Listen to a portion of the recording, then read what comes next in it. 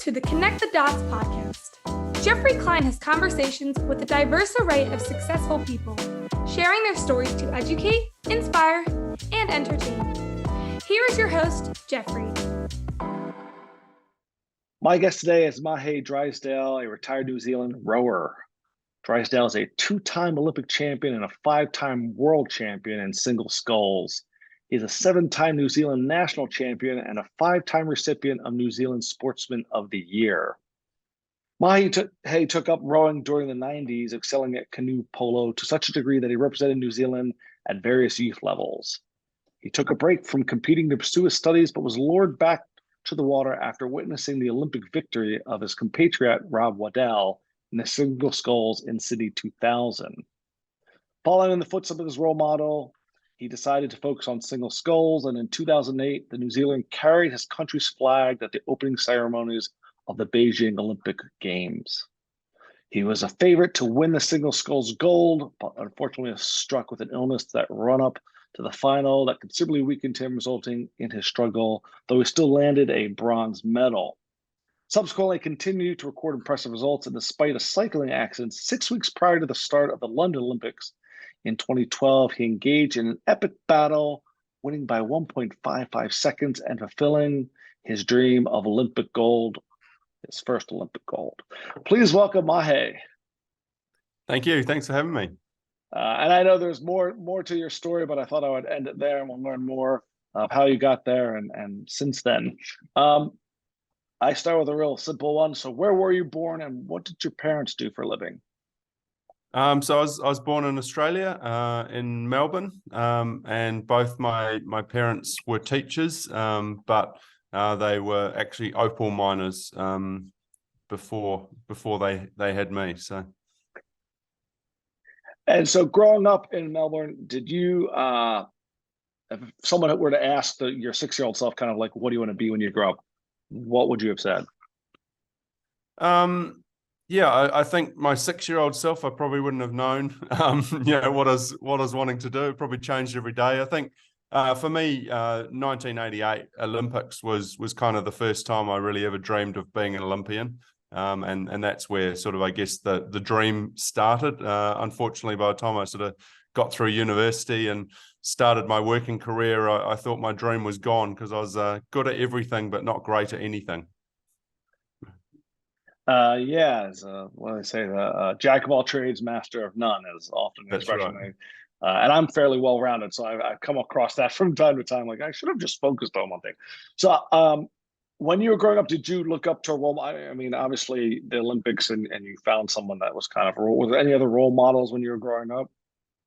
I think again, had various iterations of people. I think my granddad was a big part of my life. He was actually a businessman, and had a lot of time with him and learnt a lot from him. And that first inspiration, what I do remember, even as a sort of 9-year-old kid, was Carl Lewis. And that's, I guess, what I always wanted to be, was a sprinter, but I was never going to get there with the speed I had. So, it was, and then sort of as life went on, Sir Edmund Hillary, I read a lot of his books, and, he's obviously a New Zealand hero, and, learned a lot from him, and then, various people throughout from there, both sporting and non-sporting. So a mountain climber, was that in the cards you're thinking about, maybe trying to, I think I love autobiographies. It's pretty much all I read, and it's more learning about what they do and how they're successful than the actual pursuit. So as I say, it was quite random. From business leaders to sports people to mountain climbers. But it's trying to get that underlying what were the keys to their success, and trying to apply that to my life. But I'm looking for a pen to make a note about that, because in fact, that's part of what I'm trying to do with all the people, these amazing guests I've had, is talk about, not only the specific of being this type of person, but what are the keys to success. So I'll be asking you about that shortly. And then how did you decide, well, what did you kind of discover, like, I'm good at rowing, and this is something I can, When did that start, and how did you go? Oh, this could be my way. I'm probably a very different story to anyone else, and the reason that I got into rowing in particular was because I wanted to go drinking at the university tournament down in Dunedin, and these are big events. Everyone that I knew that had been said, you've got to go to the Easter tourney. It's awesome. You basically go and have a party for 5 days. You do some sport on the side. Get along. So really, you're an Olympic drinker who happens to be a rower. Yeah. Well, this was I was 18 years old, and yeah, that was pretty much my sport. I think at that time was drinking. And so I was like, great, and looked for sports. Rowing was the only one that had a novice division. So that meant you didn't have to have done any rowing to make the team to get to Easter tourney. It was just the 8 guys that wanted to go kind of went. So, we went along and we had an absolute ball of a time. It was fantastic. The drinking was a highlight. The rowing was a low light. We were always hungover, and we were terrible, to be fair. I think we finished second to last in one race and missed the other. So it wasn't a great start, but that was really the start of it. And then something about it just sort of hooked me, and suddenly I was rowing, every Saturday and Sunday, and then I was rowing 5 days a week, and then I was rowing 6 days a week. And I did that for a few years, kind of got through it. And yeah, as you sort of mentioned in my bio, like I gave up because it was just too hard, and I wasn't really making the progress that I needed to make. And then watching Rob Waddell kind of inspired me to come back.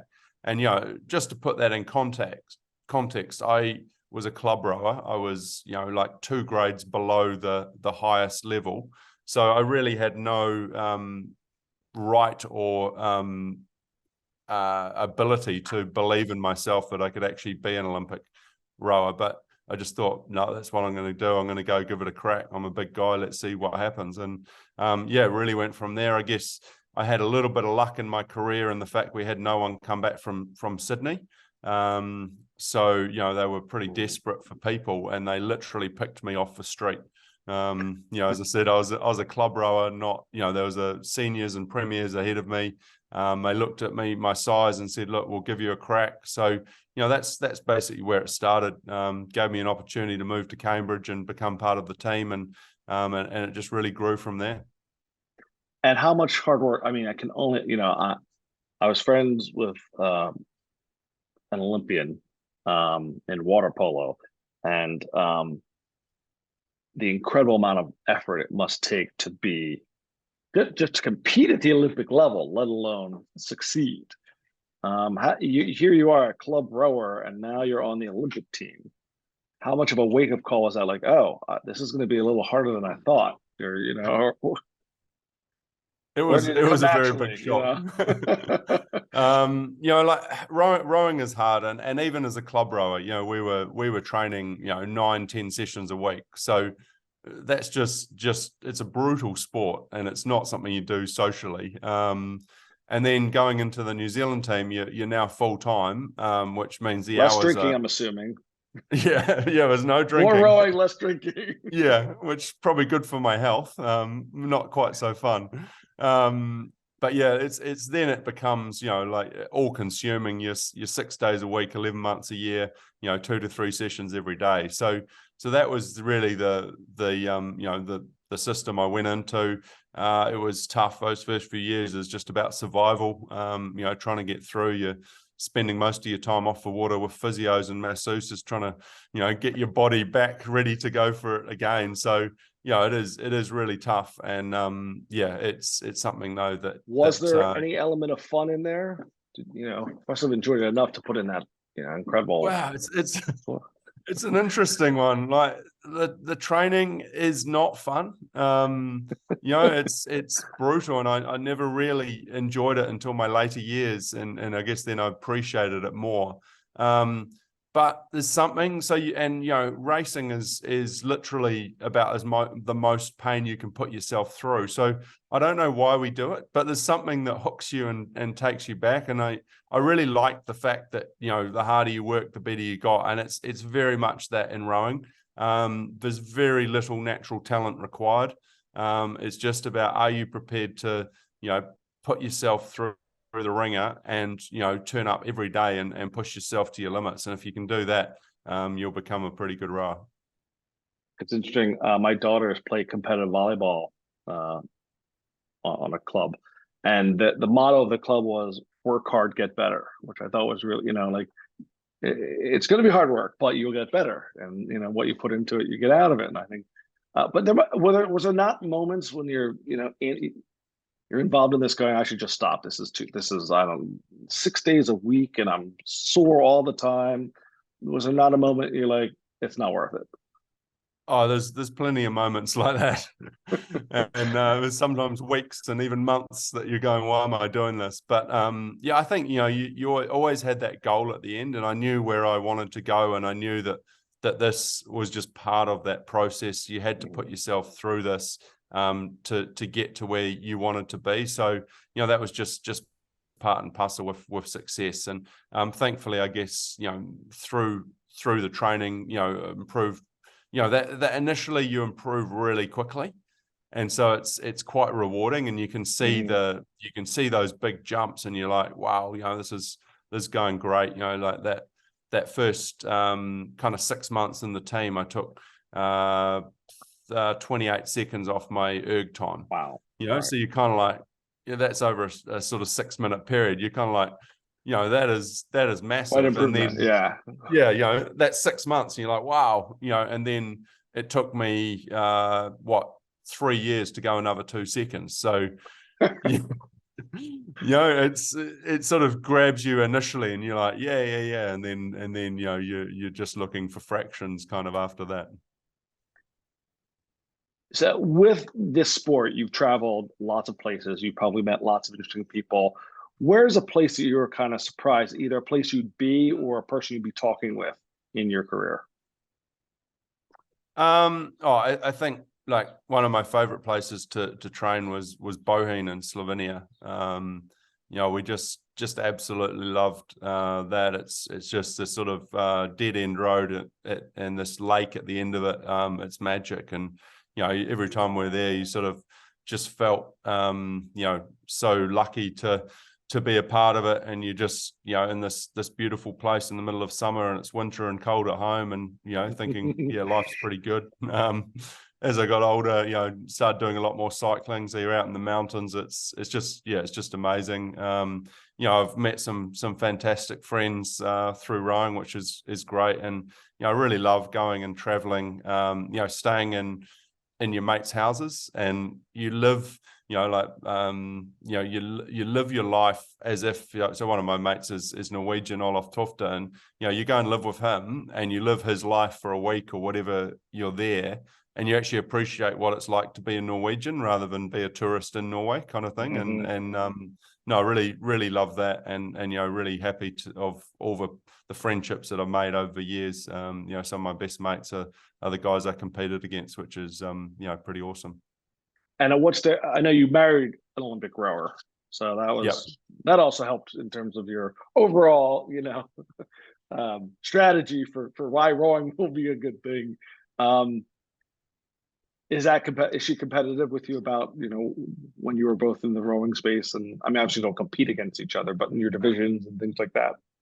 Yeah, so good question. So absolutely, when we're training, so we trained together, from sort of 2004 right through to 2012 when she retired, and twice a week we compare each other, across the whole team.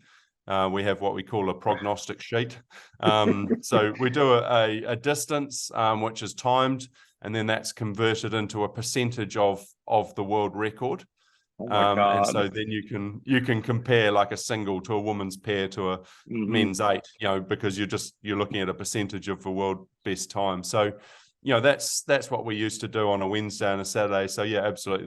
There's some competition, and the loser was doing the dishes for the week. So yeah, well, it's one way to resolve conflict, I suppose, and get things done.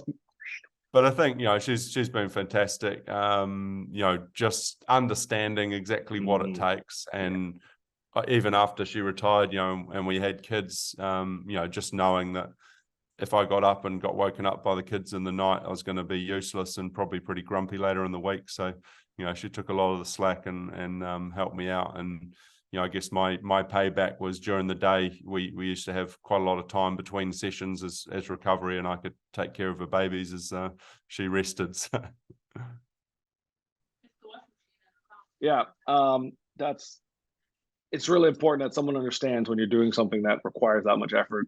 And I'm assuming, you both had this goal and you had the experience, the shared experience to understand what you're going through. So I said in your bio kind of that story about the fact that you were kind of on your way to gold, and then you got sick and it didn't happen, and then again you seem to have an incident before Beijing. Was it Beijing? Before London, yeah. Sorry, before London. Yeah. Talk me through, like, one of the things that I'm fascinated by the Olympics, and for me, getting gold seems like the ultimate. You have that goal for everyone. A lot of athletes have that goal. What's it like to achieve it? How did it change things for you once? I mean, you got the first one, and then was the second one less, significant, or what's the Olympic gold experience like? Yeah, it's interesting, and probably just to take you back to that to Beijing, and I think that to me was a massive learning, because I went in there as the favorite, 3-time world champion, world best time holder, and I got sick during the Olympics, and that was absolutely brutal. But man, did it teach me a lesson. And the Olympics and why it is so hard to succeed there is you have to perform at a given time on a given day, one day in 4 years, and you have to be at your best. There's just no excuse, and I wasn't, and yes, was it caused by me? Well, no, but I wasn't. And I'm very proud of that bronze medal, because I have until this day I've never raced as hard as I did in Beijing. I was literally carried off the water, and I've never been to that place before, and never really ever want to go there again. It's it's not somewhere you want to go. So I know that there was nothing more I could have given on that day, right. But I didn't come away with the prize that I wanted, which was the gold medal. And so, it was sort of that bittersweet. I was proud of what I achieved, but disappointed to not achieve. But that really gave me some food for thought, and it changed, I guess, my mentality. And the hardest thing for me, I guess, coming out of that experience was I realized up until that point I was doing enough to win, but I could have been better than I was, because I had settled for first place and winning, and I hadn't actually pushed myself to the utmost degree. And, those times when it was hard, I didn't, probably switch on and push through it. And, when things were going well, I didn't sort of push myself even harder than I could. And, that showed up that, had I been at 100%, I probably would have won in Beijing. But, at 96%, I couldn't win. I wasn't good enough. And, that was, again, it was hard to take, because I could look myself in the mirror and say, well, you screwed that up. Had you done those things every day, you probably would have overcome that illness and still won. But it was also exciting because it gave me a catalyst. It's like, oh man, I'm the best in the world. I have been for 3 years. Obviously lost. That's my only major race I'd lost up until that point was Beijing.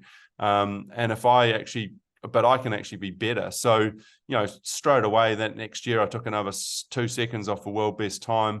Things just went fantastically. And ultimately you mentioned I had a bike crash 6 weeks before the Olympics going into London. And, you just kind of think, oh man, like, here we go again. This is just not meant to be, is it? But, I think because of that Beijing experience and because of those changes I'd made, I could overcome that injury and get through that and still be good enough to win in London.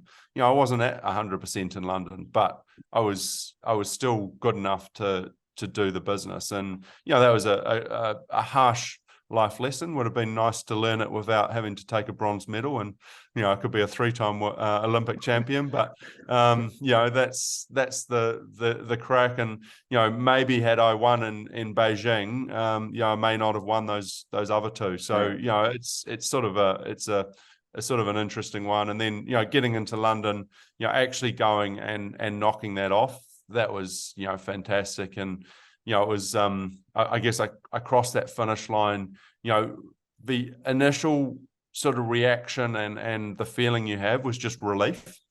You know, it's like, I've achieved this goal, I've achieved this dream. And then, you know, probably half a second later, then the elation sort of kicks in. And it certainly didn't take any time to sink in. I knew exactly what I'd done and how good it was. You know, in my own mind, it was, you know, it was just achieving that sort of dream that I'd had all my life and done it. And, you know, just going back to that. So I missed out on Tokyo, and I watched all of Tokyo, and I had been so involved and in the middle of it. It wasn't until I was watching that I actually realized how hard an Olympic gold medal is to win.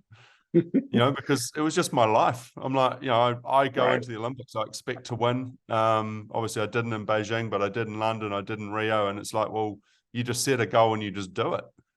You know, and it wasn't until I was actually watching from the outside going, man, like, you know, there's people catching crabs, there's, you know, people getting sick with COVID at Tokyo, and you kind of go, man, like, everything has to line up, and you have to then go and perform on the day. And, you know, you can't do that without being in a position to win by the time you get to the Olympics.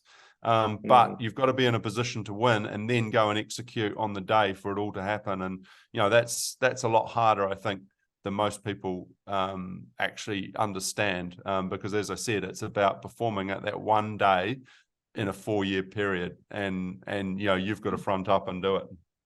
I'm curious because a lot of athletes talk about, you know, the discipline and the physical stuff that they have to do, but I think what I've heard athletes at the level you operate at, a lot of it is also mental. How much of mental toughness and mindset do you think is involved in being successful? Oh, I think, yeah, like it's a hard one because you can't have one without the other. But I think if you say, you know, you take the physical stuff for granted because that's what the training's doing, you know. So you line up in the Olympic final, there's 6 guys sitting on that start line that are all of a very similar level. You know, probably for me personally, you know, I had some assets, you know, massive VO2 max, you know, massive engine. You know, I wasn't the strongest athlete in the field. So everyone's got sort of little differences, but ultimately, physically, every 6 of those guys could win that race. You know, they're capable physically of doing it. So, what's you know, the difference in that 2 seconds? Yeah, so in that respect, it's all mental. You know, is the execution is all mental. And you know, obviously you can't do it without that physical and that training, but actually executing is all about the mental stuff. And interestingly, a lot of my mental strength and stuff came from a training. You know, we had Dick Tonks as our coach, and you know, he taught me more than any psychologist could ever teach me about pushing me to my limits and beyond my limits, and understanding what you could and couldn't survive. And you know, the human body is pretty amazing at just, you know, coming back and doing it all over again.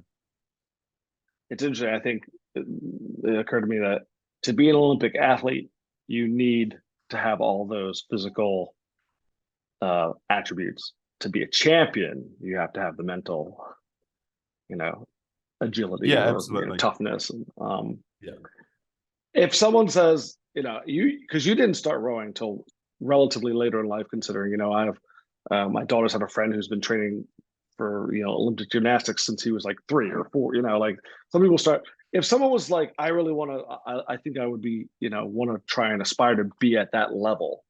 What kind of advice would you give someone who's like thinks they want to be an Olympic athlete? Yeah, I think it's you've got to have the passion for what you do, because it is hard, and you then need to set those goals, kind of break them down into sort of achievable little chunks, and then just go out and work your butt off to achieve them. And you're going to have to keep as you go, you're going to have to keep sort of reassessing and figure out where you're going. But it is all about hard work. I guess for me, I'm actually pretty comfortable starting where I did. By starting at 18 years old, it got me through to 43. And in the sport of rowing, probably 28 to 35 is your real peak. So, I hit that period, at the right time when I was ready to win. So, like if I had to start at 13, I may have missed some of those later years, because I would have had enough of it. So yeah, like I think it's just trying to figure out in your sport, and not all sports are like that. There's not many swimmers that are over 25 years old. So yeah, I think it's right. Yeah. I think it's just trying to judge that, but it's just most of it is about that hard work and dedication. Just having those little goals and just chipping them off every day. By most measures, you are a super successful athlete. How does Mahé define success? Yeah, and that's a great question. For me, it's just giving your best. So, like that is success for me. And, I think there's sort of certain moments in my career that maybe I was winning, but, it wasn't my best. And that to me was things that you're actually disappointed in. And, and I guess yes, I'm disappointed obviously in the result from Beijing, but I know that was all I could give. And when you do that, it's easy to sleep at night. It's the ones that you lose that you didn't quite apply yourself, that they're the hardest to take. Because you've left something out there. So, and that's throughout my whole life. If you give it your all in whatever you do, you have to walk away satisfied with the result. And, if it wasn't the result you wanted, well, then you've got to, break that down and say, okay, how do I do it next time that I don't fail again? And, that's really, I guess the key to me, and, how I've kind of lived my life. And I think to achieve things of that success, giving your best is really important. Having that dedication is really important. But I think sometimes you have, you talked about passion, and I think about, you have to be motivated or inspired. So what inspires you? Yeah, and I think that is what I consider passion. Without passion, you don't get out of bed every day. Passion gets you out of bed. And then then it's about going and going through that process, I guess to achieve. And what is that passion? Where's that driven? For me, I just and as I said, I didn't really enjoy training early on in my career, and it wasn't until later that I appreciated it. I was appreciated, how lucky I was to be doing something that I loved every day, even though I didn't necessarily love it every day. But when you look back, you go, man, that was pretty awesome. And my job was to be fit and be one of the fittest athletes in the world. So that was pretty cool. When you sort of broke it down, you thought, okay, that's a pretty cool lifestyle. So it is looking at those the positives, looking at the things that help you get you out of bed every morning, help you go and push yourself on a daily basis. And if you are lacking that, it's trying to find the little triggers that maybe do. And for me, that was sometimes watching one of my races, and depending on when it was, whether it was one to try to inspire you from a good race, or from the opposite, where you had a bad race and feel that hurt, because it hurts to lose, and sometimes that's enough to say, okay, well, I don't want to go through that process. And after 2:15, I lost a very, very tight race at the World Champs to Andre Sinek, and there's a great photo of us approaching the finish line, and so that was up on my wall for a year. And I looked at that photo every single day, and that was one of the catalysts. Like, I don't want to be in that position again. I want to turn it around in Rio. Amazing. What do you think is next? Do you think, or trending in terms of for the sport of rowing? Yeah, I think we're going through a very interesting time in sport. In the world. And it's going to be an interesting to see how it all sits, and there's a lot around I guess welfare and well-being of athletes, and it's a moment in time, I guess. I think ultimately, as a high performance athlete, success is what you're after. That is always going to be key, and it's performing and it's winning, and that is. But as I said before, it's doing your best and whatever that result is. But I do think there is an argument that we can I guess approach that winning, but also look after our athletes better. And I think that's what well-being is to me. It's just treating them with more respect. Unfortunately, in high performance sport, people aren't going to make it, and it's not for everyone. Right. And you're going to spit people out along the way, but it's managing that, communicating with them. People shouldn't be surprised when they're dropped, because they should have seen it coming, because they've been told that that's where they sit. If you're sort of, at the moment, you're not making the team, you've got 3 months until the trials, you've got to pick it up, and you've got to change something else you're not on the team. That's clock doesn't lie. Yeah, exactly. But then it's in their power to actually do something. It's when you don't have those conversations, and then they go, "What do you mean I dropped? You told me a week ago I was so good." And it's just having that honesty and communication, I think, is a big key to this well-being. And I think as well, we've got to look at some of these systems and where funding and money is going, because athletes generally aren't looked after as well as a lot of the administrators are. Definitely not on the Olympic side.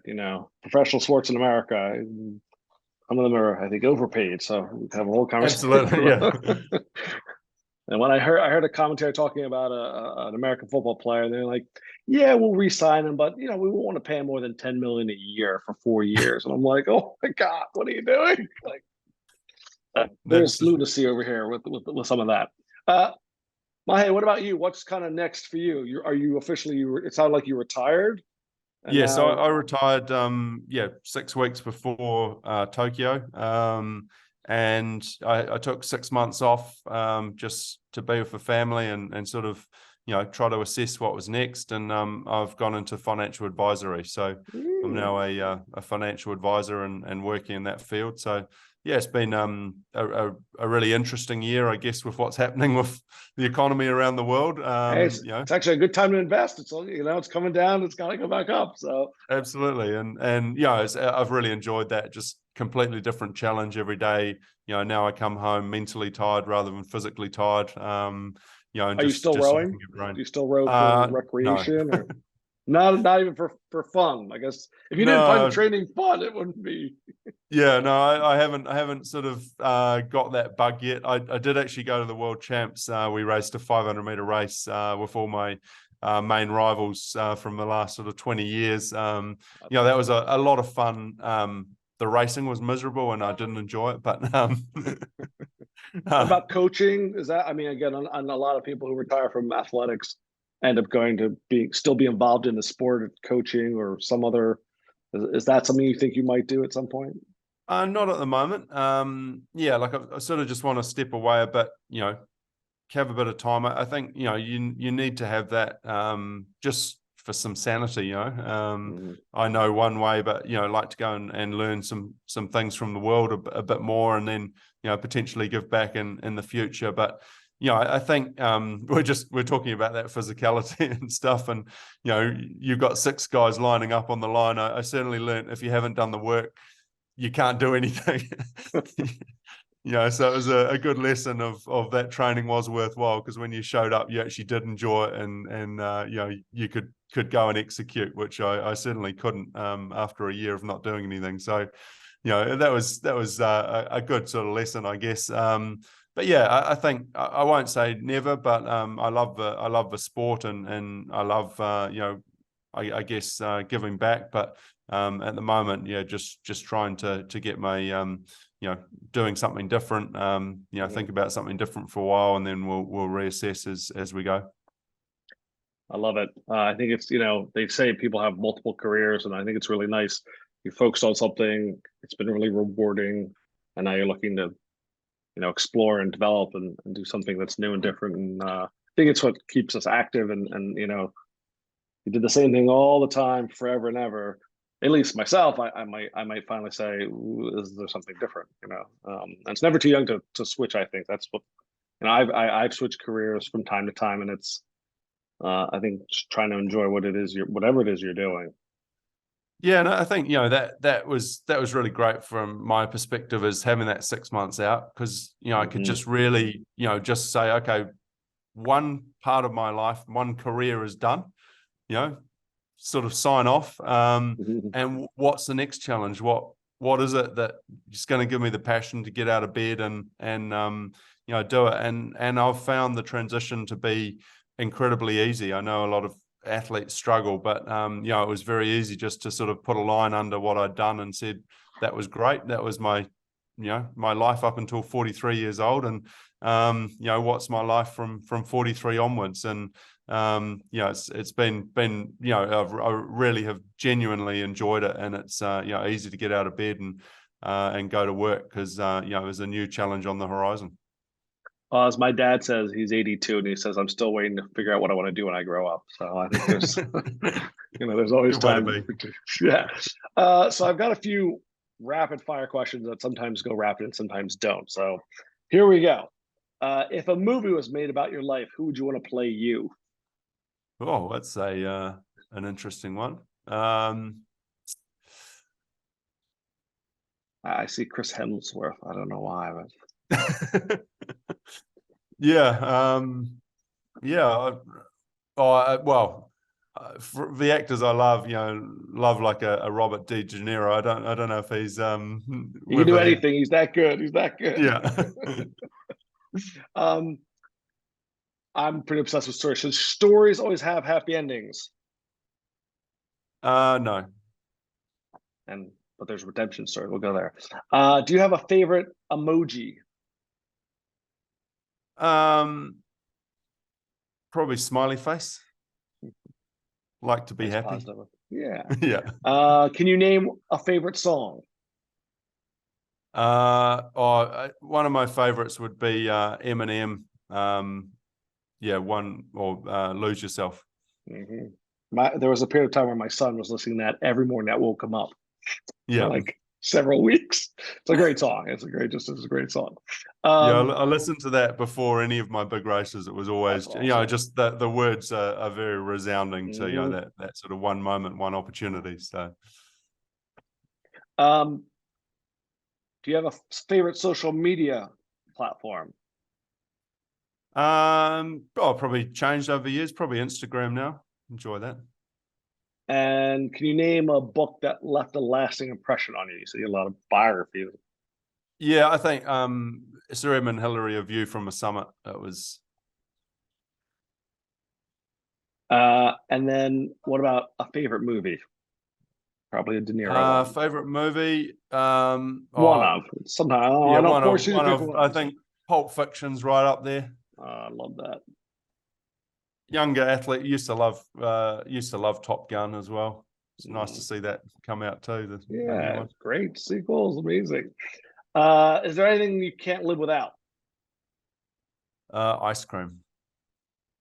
Favorite flavor? Got a follow-up question. Oh no, pretty much any ice cream is good ice cream. And if you could be credited with inventing something, what would it be?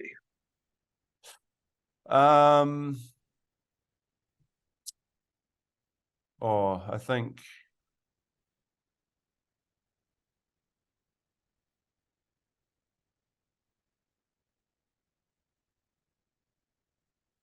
probably a cure for depression would be pretty good. Well, it's funny because my thought was ice cream that never,